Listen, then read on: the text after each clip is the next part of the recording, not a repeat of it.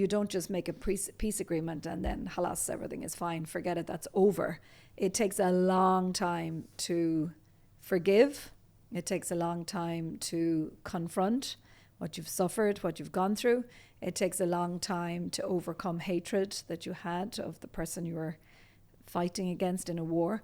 But making peace, coming out of a war, trying to maintain peace, trying to recover from the impact of a war, I mean, that teaches you an enormous amount. And I think it's so relevant. I'm saying that because it is so relevant today. Every day it's relevant, and now it's so relevant in this region, of course. But that's what I learned from those communities in El Salvador. They were fighting brother against brother. You know, peace takes time to make, but it takes probably even harder work to sustain. And that was so relevant in Mozambique and then Colombia, and I feel it's still relevant today.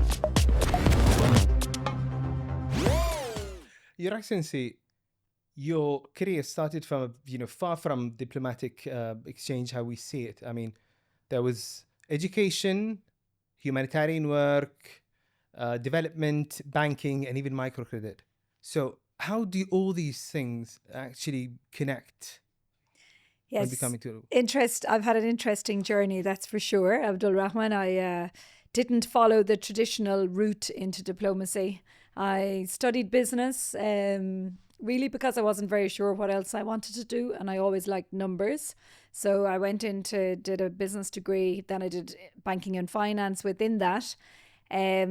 My mother was a teacher and my father worked in kind of international work, and I guess I grew up with a very strong sense of right and wrong from my parents, and so I always was interested in why some parts of the world were poorer than others. For example, you remember then there was Live Aid with Bob Geldof. That had a big impact on me. I loved U2. I was very aware of people suffering in other parts of the world. So I knew in the back of my head that I always wanted to work with parts of the world that were poorer than Ireland, or I always wanted to understand why some people were poorer than others. So here I find myself in a business degree and I'm like, this is nothing like I really wanted to do. But anyway, I did my business degree, did okay in it. And after I finished it, well, it was a very strange year for me in 1992 because my father passed away. I was 21 years of age and I was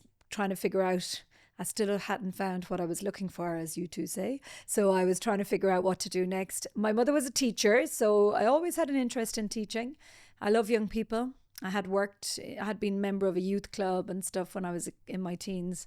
So I saw there was an advertisement for an economics, accountancy and business organization teacher. So I basically had taken some time, 6 months off to look after my dad when he was dying. And then I saw the job advertised for teaching after he passed away. And I thought, this is what I want to do. So I started on his birthday and then did that for a number of months. Ended up going to France actually for a month on an exchange. Then I was called for a graduate program from the bank, from my degree in Ulster Investment Bank. So I became an investment banker for a year. Alas, that was definitely not for me because I was like, why am I spending my life making other people rich when actually I wanted to figure out why some people in the world were poor and others were so well off. So, but you didn't think at any point, through investment banking, of course, you're making people rich, but don't you want to make you want to be rich yourself? Well, I never really had much value on money. I thought it was so kind of pointless. It doesn't make you happy. Well, my mother says it keeps away unhappiness too, but I'm not sure. I just found it so pointless. I have to say, as a 22-year-old, and again, having gone through such a big personal shock of losing my dad, I probably was really searching for meaning, if that makes sense. So investment banking, I just didn't get why people would go in, work every day just to make money. And so, yeah, I mean, money was never a driver for me. And but then, so I was in investment banking and as I said, I still hadn't found what I was looking for. So I saw another job advertised of, actually, it was a job to go teach English in Budapest in Hungary. And that had been the last place my father had worked, because he did quite a lot of overseas work, and I had gone to visit him there, and I saw it as a sign. So I went anyway to this agency to say I'd like to go and teach English in Hungary. And they said, well, what do you do now? And I said, I'm an investment banker with Ulster Investment Bank. And they said, well, what about going to set up a microcredit program in El Salvador? And I was like, El Salvador? And that was the next step.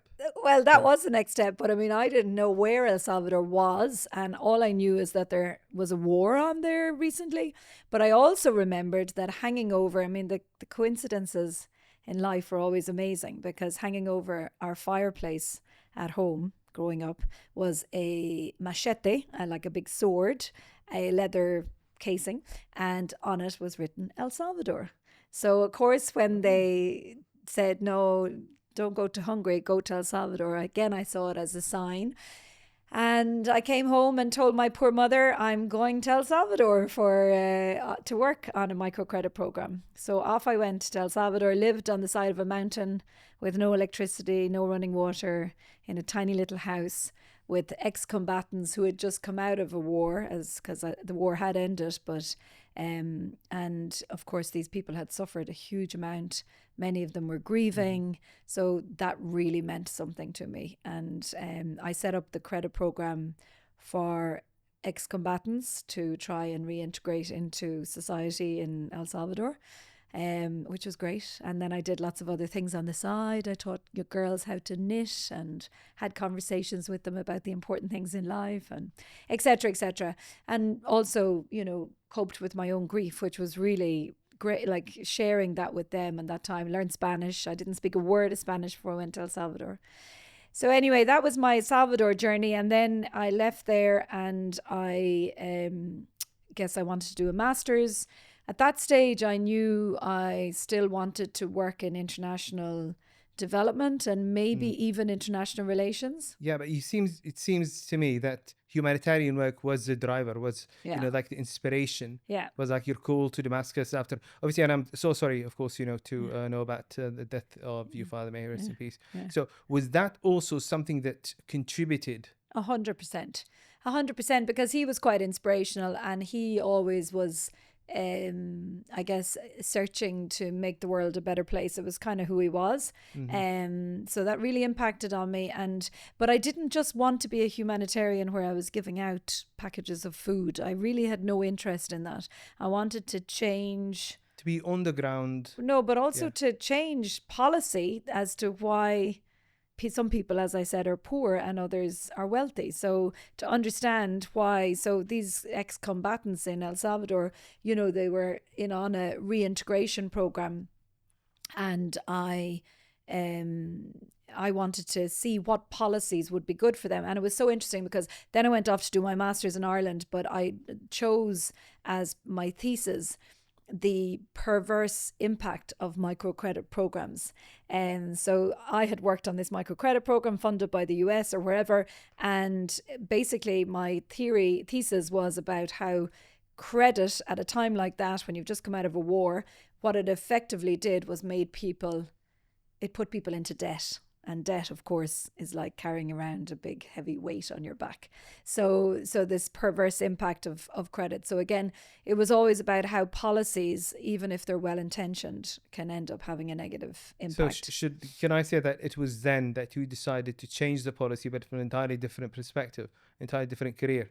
Therefore, taking on the diplomatic career, I mean, you saw it as, you know, a means of actually doing so. I suppose I saw at that time a lot of NGO work, non-governmental work, but I felt that the policy makers really come from government, and I knew I wanted then to work in policy.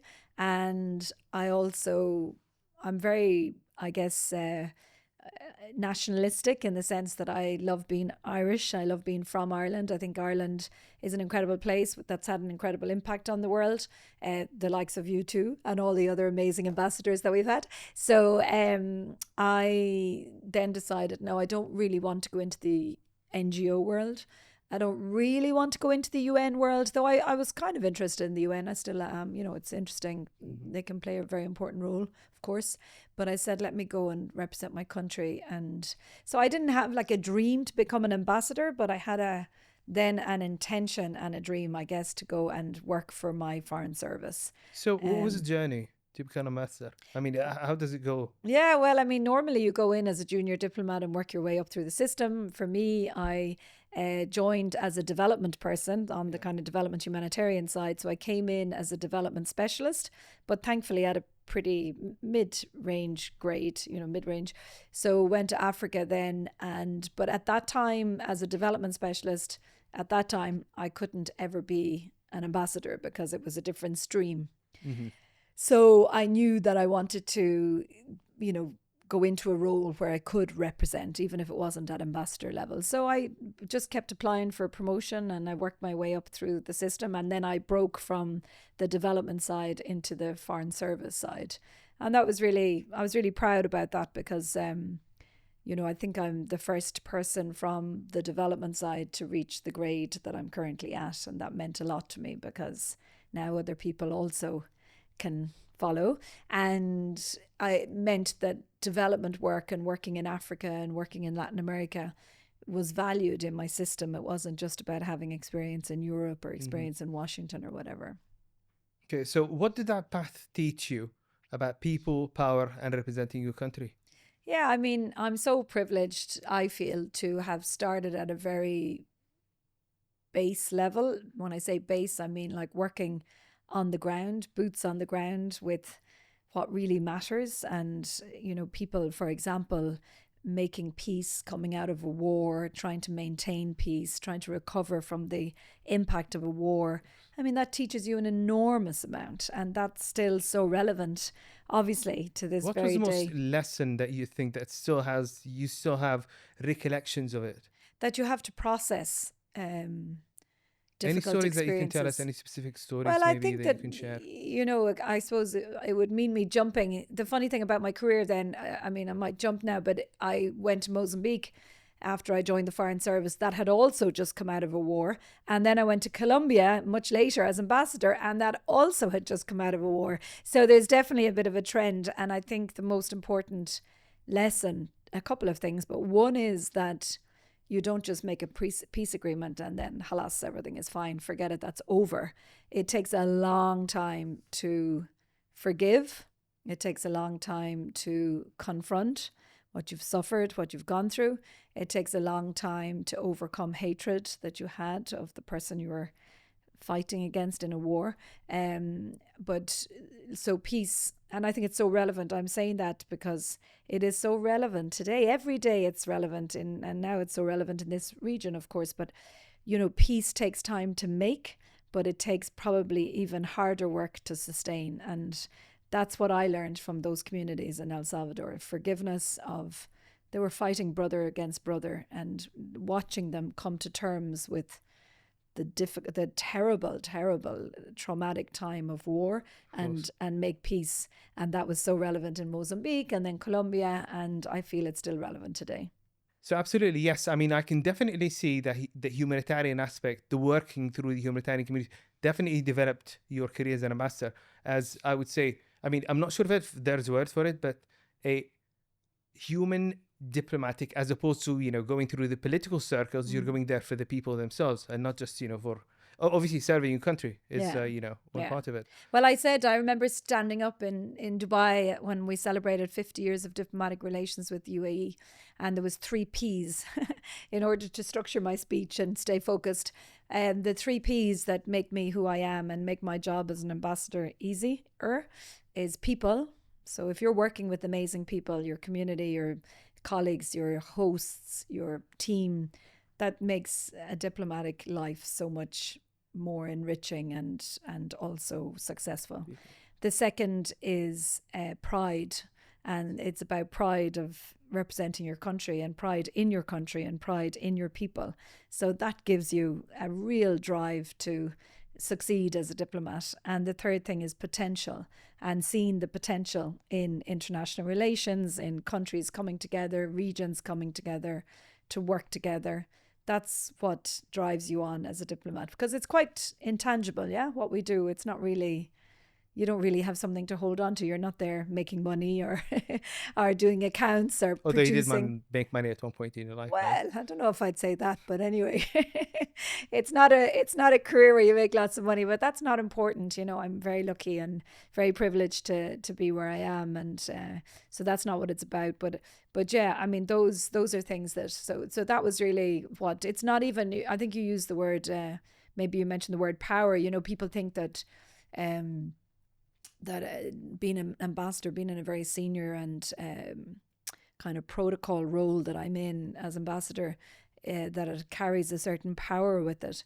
Authority, yeah. But you know, I actually heard something really good recently, that power comes from achieving your objectives. So I think that's where you get people to come in behind you if they really believe you can achieve your objectives and that they can help you and do it together. So it's that's what's important. But it's not like, as a foreign diplomat, it's not about you know, trying to play a power role that you have. For me, that's not important. It's about influence. It's about people. It's about bringing people on board, bringing people along with you. That's what gives you authority. That's what gives you influence. And being a diplomat is all about having influence. The passion to continue on. Yeah, capacity to continue on, but capacity to change policy. I mean, to try and influence how people interrelate, how people make decisions, how people treat each other.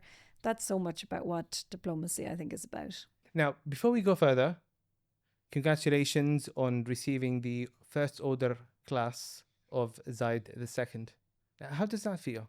It was amazing. I was blown away. I didn't know it was about to happen. And this actually comes at the close of your UAE chapter. 4 years here in the UAE, been an incredible time, an incredible experience. And I was humbled beyond words when His Excellency Minister Khalifa Al-Marar told me that the President, dear Sheikh Mohammed, had decided to honour me with this award, this decoration. And I can't, my eyes just filled up with tears. You know, at the end of the day, we're all human. So when something like that is said to you, you feel an incredible sense of pride and honour, and I was delighted. So yes, it meant an awful lot to me. So now, after 4 years of serving, what does this honour mean to you? How is it more meaningful now? How is it more meaningful in which way? Now, sir? yes, you know, I mean, you're leaving the country, you're about to start a new chapter, obviously opening a new chapter somewhere else in the world. Yeah, I mean, it's just something maybe on a personal level. Yeah, I mean, it's an incredible, and not just a professional level. It's an incredible feeling of recognition. You know, I find it quite hard sometimes to own these achievements because honestly, I have so many things I could still do better. So for me to be told that I was being awarded or granted this incredible honor was very humbling. I was like, you know, how did this happen? And I feel very proud of what I've done here. But as I said, I'm sure you are. I'm very humbled by it. But it doesn't change me. I don't think it just makes me feel very happy and proud, but I don't think it changes me. It doesn't make me, you know, feel, oh, I'm going to be able to be better now in France, or I just feel, wow, that's amazing. Thank you, the UAE. Thank you. You've given me so much. When you arrived back in 2022, so 4 years ago, you wanted to deepen Ireland's relationship with the UAE. What are your proudest of achievements or initiatives or buildings, even if you wish? Yeah, I mean, it's not so much that there are a great number, it's more that there's a variety, because I suppose one of the things that I'm proudest of is that I feel that Ireland has become better known to the UAE, and the UAE has become better known and better understood to Ireland. And that probably for me is extremely important, because I often say to my Emirati friends that when I came here to this part of the world, to the Gulf, I have to be really honest, I did not know anything about it. And, you know, I've served in Africa, I've served in Latin America, I'd been to the Middle East before, but I really had, you know, unconscious and conscious biases and notions and understandings of this part of the world. And I'm always very honest about that, because I think it's really important to be honest. So anyway, and I think those those perceptions of this part of the world were carried also by a lot of people at home. It was seen as somewhere you go to make money. I was told, go and work on our trade portfolio. I didn't understand the soft power, the influence, the vision, the ambition, the progress, the development of this country, and how important that was to my country and will be to my country in the future. So I'm really proud of the fact that I came here, I listened and I learned and I understood a lot more about what Ireland and the UAE can do together. We have a very natural affinity, I think, as people.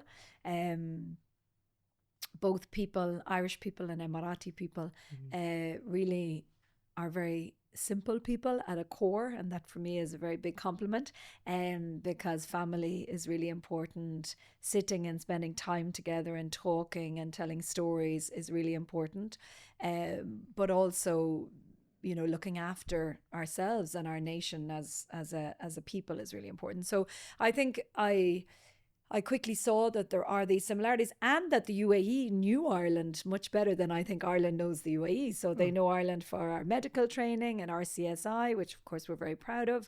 They know Ireland because of our great horses, our falcons that came here, part of the very important traditions and culture of the UAE. And we've had people coming here for many, many years, teachers. So many Emirati families have had Irish teachers, Irish nurses. So I feel that I managed to capitalize on that I don't mean that but like really gather it together, bring together Ireland and then make the most of it. And together we're better. And there's a great Irish expression, Ní ceart chur le chéile, and that means, together we are stronger, and that's how we will do things. Together we are stronger. It was really that was very important. So that's one of my really proud things, that I increased the awareness of the UAE in Ireland. I increased the awareness of Ireland here. I believe I brought Irish people together for us together to feel proud of the impact that we have made and can make on this country. I mean, there's amazing Irish people here who have made a really big impact long before I ever came here. I think all I did was bring it together a little bit, do it like a stock take. So you spoke of, Irish community, and obviously the prevalence with the Irish community. Many of them has been, quite active in the UAE for quite some time, so many sectors. So can you perhaps, identify one or two sectors where they have more? Of course. Yeah. Of course. I mean, sorry, not to interrupt, but we've had Irish people contribute to really important incredibly important development sectors, let's say, or flagship sectors in the UAE. Two people that definitely, I mean, you can't really pick them out. You have to be careful when you're an ambassador not to choose certain people. But of course, one man I definitely will mention is the late, great Colm McLoughlin, God rest his soul. He came from my hometown in Ireland, which is Limerick. No, Shannon. Shannon was where I grew up. I was born in Limerick, but I grew up in Shannon, County Clare.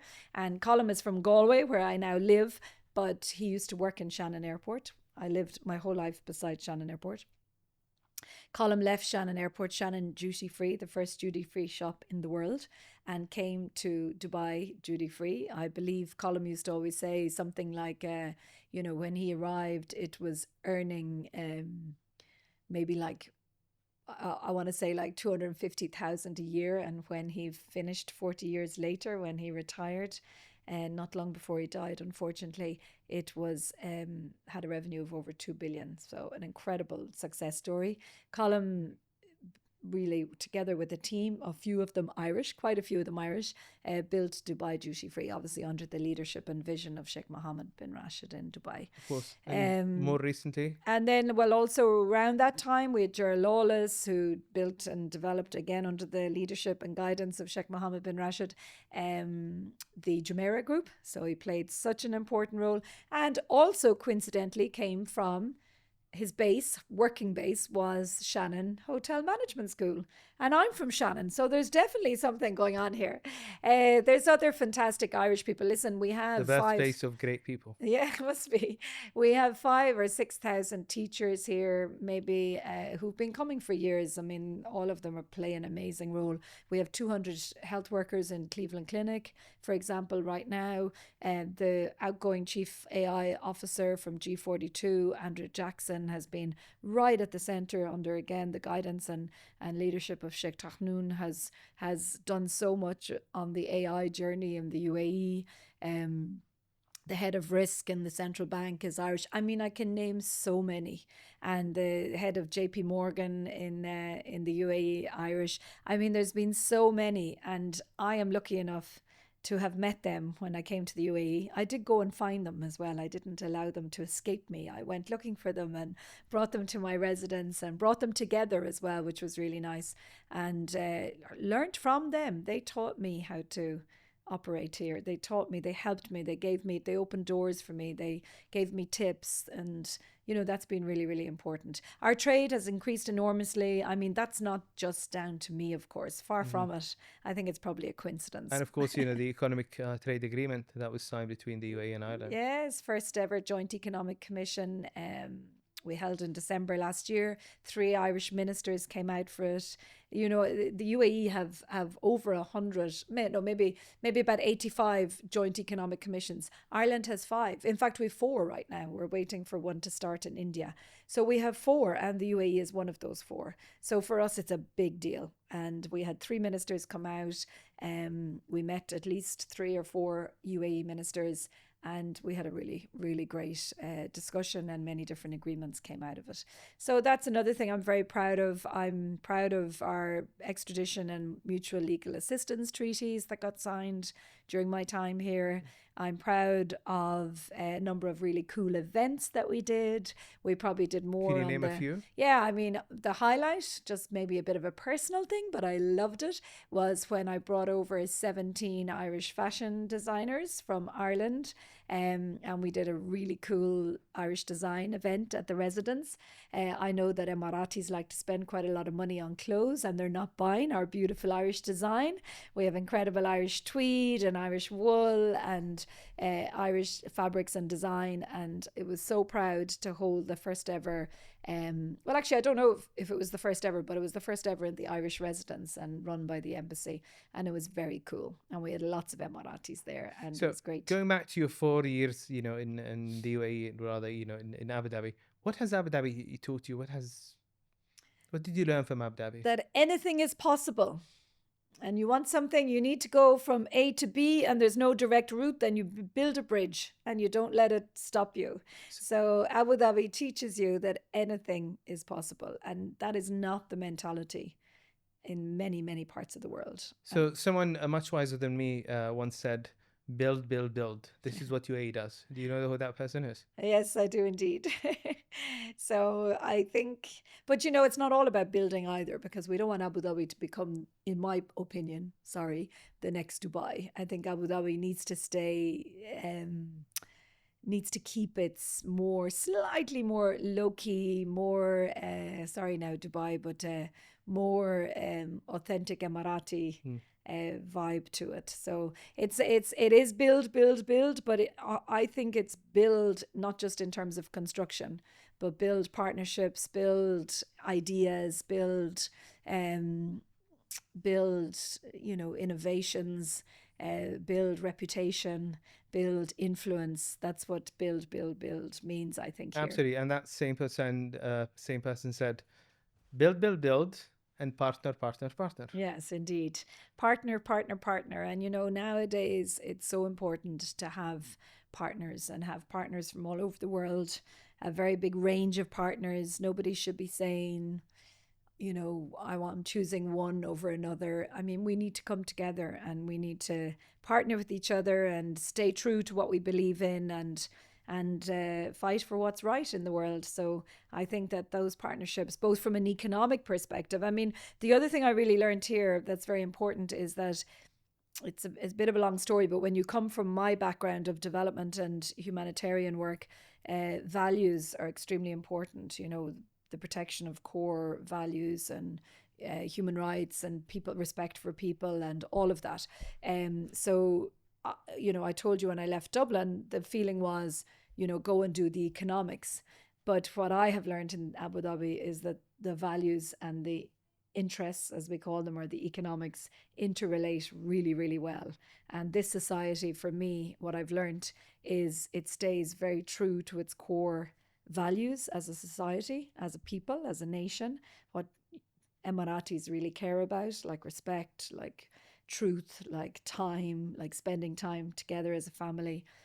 It doesn't get impacted on by all of its economic ambitions. You know what I'm saying? So the partnering comes from finding people with common values and finding economic objectives in that. Absolutely. I mean, I think it resonates very well what you know, spoke of even earlier, you know, in a conversation about, you know, the ties between the UAE and how obviously the Irish community has been building within the UAE. They've been partnering, building and partnering. And that, of course, brought the UAE relationship to what it is now. Yes, indeed. I mean, that's it. We need to keep doing more, though. We haven't done everything yet. So I have a great successor coming in, and I know this relationship is going to continue to grow and develop. And there's so much more. You know, we're talking about many different interesting things, and I think there's a lot more we can do together. There's a natural affinity, a natural common interest about, you know, we're both small countries. We're actually the exact same geographic size. UAE has obviously a larger population than Ireland, about double the resident population. But we both are international trading countries.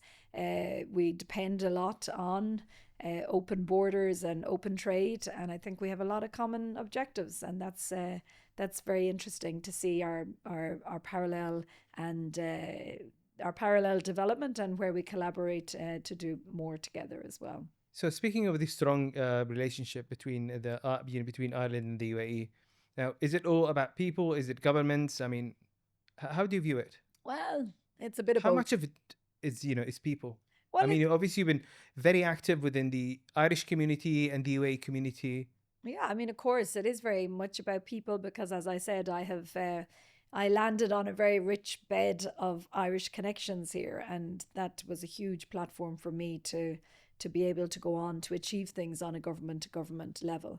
Everything is about people. Everything in this country in particular is about relationships, and anybody coming here and not spending the time to get to know the people and just spending the time, you know, this Majlis tradition, that's very unusual for us in Ireland, you know, I've just come from a Majlis, from His Highness Sheikh Nahyan's Majlis, and when I came there first, I was like, oh, so we just sit around and sip some coffee. So this was your perception? Yeah, not much happens here actually, but a lot happens because just being present and just going back and being there and coming and shaking hands and engaging, you know, just being present is really, really important. So it's all about people. And I think once you make a relationship here in the UAE, it can last for a very, very long time. So did you see also that happen in other countries that you're, you know, stationed in? Yeah, it's different. You know, I think here, of course, I've had great experiences. That connection between, you know, the people I think and here their leadership. it's more, you have to invest time in building the relationship in order to be successful, and you can be successful or you can achieve things quickly here once you build that relationship. Whereas in other countries, maybe it's a little bit more in passing. Yeah, of course, it's important to get to know people, but once you can come in, do the business and go. Whereas I think here, you have to come in and invest the time in building the relationship, and then you can talk business. But the business might be more worthwhile here than it might have been in other countries. So talking about business, what makes Abu Dhabi the place for Irish companies to come and, of course, establish their presence, establish their offices, and so on? And we saw the most recent example of Primark. Yes, indeed. Indeed. Haven't come to Abu Dhabi yet, though. They're coming. We're waiting for them to come to Abu Dhabi, but they've opened two stores, I think, in Dubai. And I hope that you'll also be here for that. Yeah, no, I would have liked it. First, I opened. So Primark, of course, is an Irish. Well, we know it as Pennies. So Primark is originally Pennies, and it was started in Ireland in the 1960s, 1969 in Dublin. amazing story, family business. It's now owned by a British entity, but it's still our brand, we feel. And we still identify very much with Primark and Pennies. Primark is a story in itself, because it was... the brand was taken on by the Al Shaya group, and of course Mohammed Al Shaya, His Excellency in Kuwait, is very astute in the retail world. So he very rightly saw the incredible opportunity for a brand like Pennies, like Primark here. Why do Irish companies come to the UAE and to the Abu Dhabi specifically? Because it's an incredible marketplace. I mean, this is a connector country. I always say to Dublin, this is not a market of 10 million people. It's a market probably of 2 billion people, because you have all of these trade agreements, these CEPAs with many, many different parts of the world. You're Uber connected. You can fly to how many destinations out of Abu Dhabi. You speak English. We're now the only English-speaking country in Europe. That's our main language, as you know. So, again, we see Ireland as a marketplace, a connector for Europe, and we see the UAE as a marketplace and a connector for the broader region. So that's for companies. What about people? I mean, people are very happy here. Irish people are generally very, very happy here. They are safe, they're secure, they're looked after, they have good conditions. What's not to like? The weather gets tough in the summer, but they generally tend to take a little break around then. They're very happy here. I mean, to be honest with you, safety and security is priceless when you come from, I guess, parts of the world where, I mean, Ireland is a pretty safe country, but here is incredibly safe. And especially it's very popular for Irish people bringing up their families here, which I think is really nice. For young children, they feel very comfortable having their kids here, and it's just full of opportunities. So many people came to be a teacher, for example, and I just met a guy this morning, and he came as a teacher, and now he is involved in a couple of other businesses. That's often happens. So it's just a land of opportunity, and that's really attractive to Irish people. And is this what makes them want to stay? I mean, they build a life, they build a community, and then what actually excites them? What's the incentive that really gets them to build a life and stay? Like, why do they stay? Yeah, well, I think it depends on the people. Some people do go home, of course, because they miss their families, but the connectivity with Ireland as well. We have 3 direct flights a day to Ireland. So having that level of connectivity, families can come visit. They are very welcome here. So that definitely helps people stay. As I said, the opportunity, the income earning potential is very attractive. I mean, what I've said, safety, security, opportunity, that's what makes people stay. The weather, 8, 9 months of the year, the weather is gorgeous. So what's not to like? So, and is there the emotional aspect? As you said, they feel safe. They feel at one point, this is also a country, within their second country, their second home. And I've heard that, so many expats as well. Yeah, it's home away from home in many ways. I mean, for me, I'll be honest, I still miss my green fields and the wind and the rain. So I'm sure I'm not the only Irish person that misses that. But there's a lot of people. And of course, they have a very strong community here. We have very strong Irish organisations here. They can play our Irish sports here. They play our Irish music here. So they're very well organised, and so it really is a home away from home for the Irish community in particular. We've 14,000 Irish people here, so it's a very, very strong Irish community. So you talk about Irish sports, right? I believe in one of your interviews, you call them the best ambassadors for Ireland to the UAE, to Abu Dhabi. Well, we have great Irish sports people, as you know, like Rory McIlroy, like Shane Lowry on the golfing side, our great Irish rugby players who come and have played in Dubai Sevens and for years, the cricket players, and then we have these Irish sports that are allowed to play, not that are welcomed here. So we have the GAA, which is our national sporting organisation on our national sports, and they have 11 different clubs here in the UAE at adult level, at senior level. So the sports people are just, they're very well known, and it's not just the sports people. We have musicians that are so well known here. We have actors that are well known. There's a lot of Irish people that have come through the UAE that are seen as great ambassadors for Ireland. Fantastic.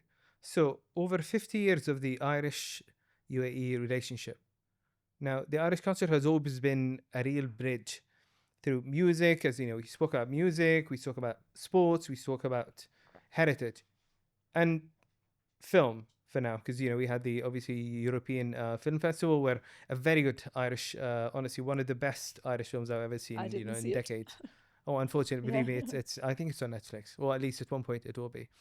So now this culture, this cultural aspect, is this like soft power? Is this Ireland's soft power? Yeah, for sure.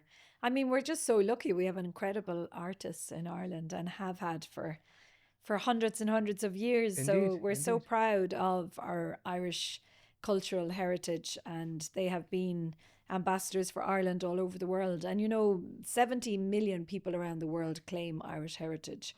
Many of our artists, our amazing writers, didn't stay in Ireland because they weren't always able to express themselves freely in Ireland, to be honest.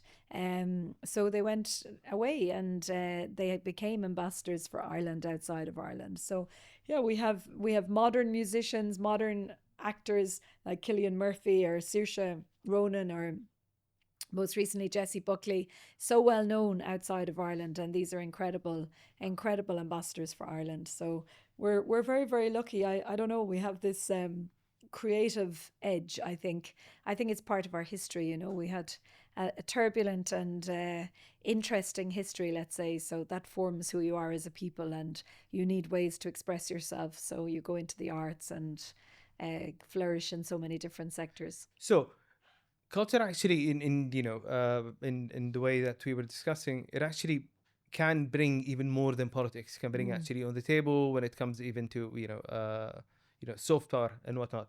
So, was there one cultural moment that you felt during your stay that actually stayed with you?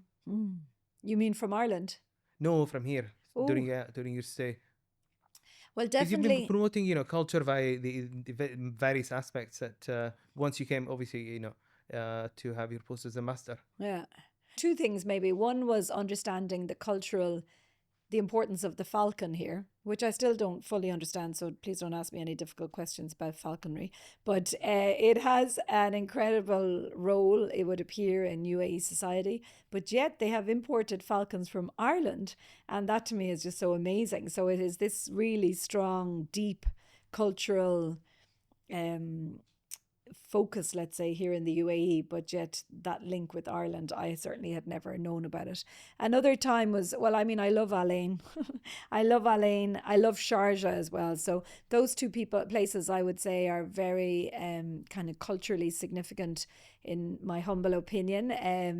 When I brought our Prime Minister, our Taoiseach, to the Zayed museum in Alain, basically the home of Sheikh Zayed, God rest his soul, where Sheikh Mohammed's first home was just so moving and so beautiful. The way it's constructed, the story behind it, the way people lived, it's just so moving. I love Sharjah for what they've done on culture, and the ruling family up there, the Al Qassimis, are just the most incredible cultural ambassadors globally. What they've done with the Islamic Museum, Islamic Art Museum, what they've done in Corfocan, what they've done in different parts of Sharjah. So there's been many. I've really enjoyed going out to the desert with Sheikh Budur and with lots of other people, of course, and seen the old traditions of how people lived and the storytelling tradition. And there's so many similarities between our traditions in But Ireland. is there one cultural moment that you said, this is one that I'm actually going to have for the entirety of my life?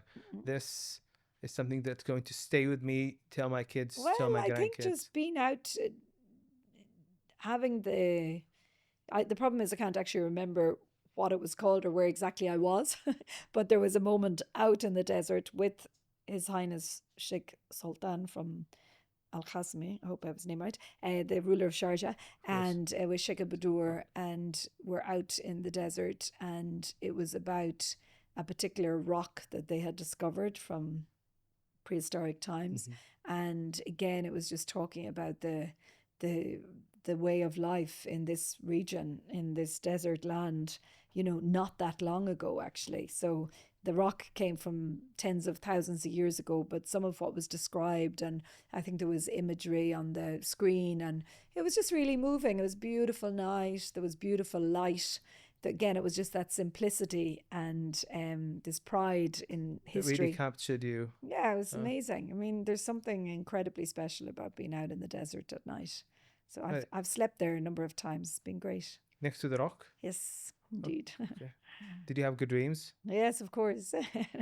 But what would you say to those companies who want actually to come and open their branches in in the UAE? Yeah, I mean, it's what I said earlier. I just think this is an incredible market place. It has this access to markets far reaching beyond the UAE.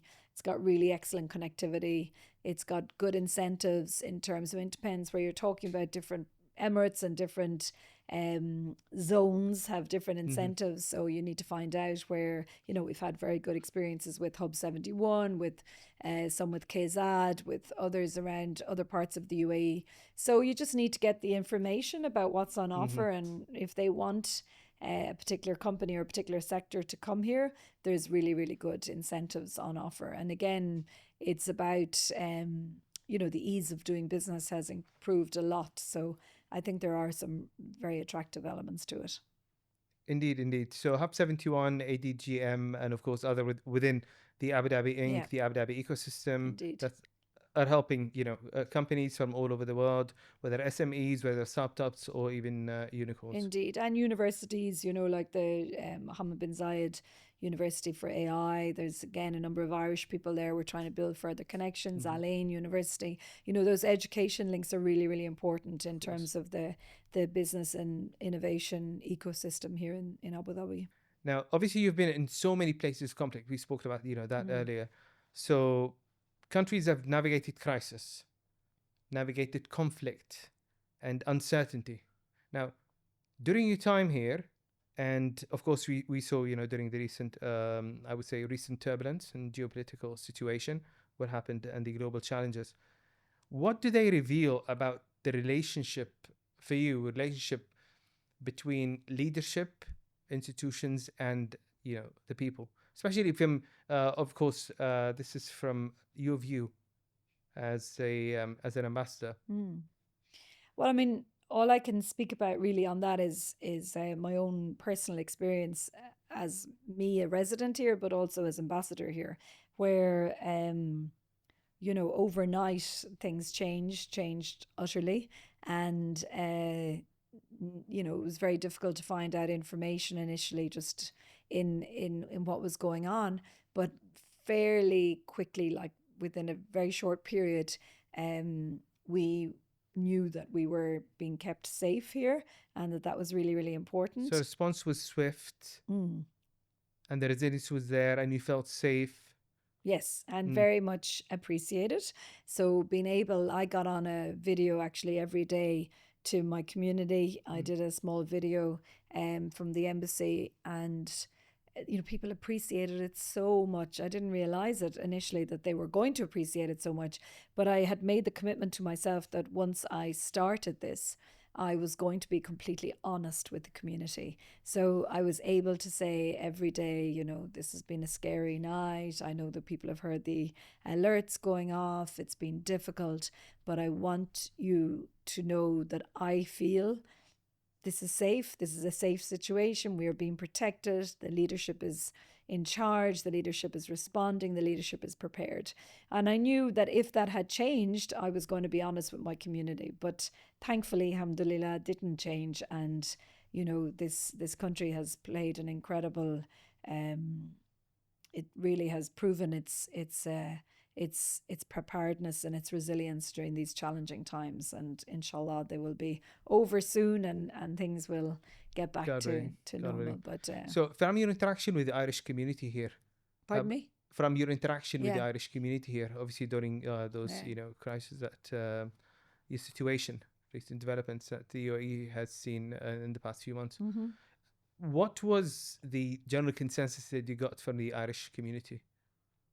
Yeah, I mean, for sure, people were quite alarmed. I mean, initially, especially because we had tourists or visiting family members here. So, and of course, all of this kind of COVID PTSD came back about people being worried about getting stuck. So there was a bit of panic initially, for sure. But like, I invited a group of Irish business people to the residence, maybe 2 or 3 weeks in, and they were quite senior business people, and I was expecting them to, because we're in a private setting, that they would tell me about how difficult it had been, how difficult it was for their businesses. And honestly, I found it difficult to actually get them to talk about the crisis. Not because they wouldn't talk, but because they weren't even feeling, scared or feeling worried. They were just getting on with their business and felt very safe and very reassured that everything was under control. So, I mean, I it's hard to generalize, and I have to be careful not to generalize, because, of course, some people found this situation very difficult for particular reasons. Of course, those, families, children, and certain obligations, I completely understand that. But So, therefore, the response of the UAE community is, I mean, I sort of think the government, of course, and the Sheikh UAE Mohammed's also. messaging about, once you are here, you are considered Emirati, and we look after you as we look after our own, was really, really reassuring for everybody. And most of my community, or certainly the large number of people that I came into contact with, felt very reassured by that, for sure. Okay. The next chapter. Indeed. France. Yeah. How are you looking forward to I it? leave tomorrow. My God, the next chapter tomorrow. Tomorrow I leave Okay. tomorrow, so I'm really in my final days. The next chapter is very exciting. Let's see what it brings. I don't know a lot about it. I've never worked in Europe before, so I'm very much looking forward to focusing on all things Europe, but very important also just that piece of Europe and its interaction with the rest of the world. So an exciting chapter ahead, please God, but I take a lot of learning and a lot of amazing experiences from here with me. Now, what is the biggest opportunity now? Is it, for when it comes to the Ireland-UAE relationship? Is it, talent, education, healthcare, technology, AI? You mentioned AI, of course, earlier. And of course, the vast Irish community that actually are working in this, very developing sector, a sector that the UAE and Abu Dhabi are actually heading all about the world. Of course. Of course. Listen, I think there's opportunities in many sectors. I mean, you've mentioned them, and we can do a lot more together in AI, for sure. A lot of the best, or the first data center developers came out of Ireland, and we're very proud about that. And we have a lot of learning, a lot of experience that we've shared with the rest of the world. And I think we can do more on that and more here. I think we can do, we already are doing quite a lot in the medical healthcare field and medtech. There's lots more opportunities. I think, very keen to, Ireland has incredible development plans on renewable energy and energy transition. We have very, very strong potential on offshore wind, for example. We hope to become a net exporter to mainland Europe, and I think there's real opportunities for the UAE to come on that journey with us and support us. So that's a sector that I think there's a lot of development potential.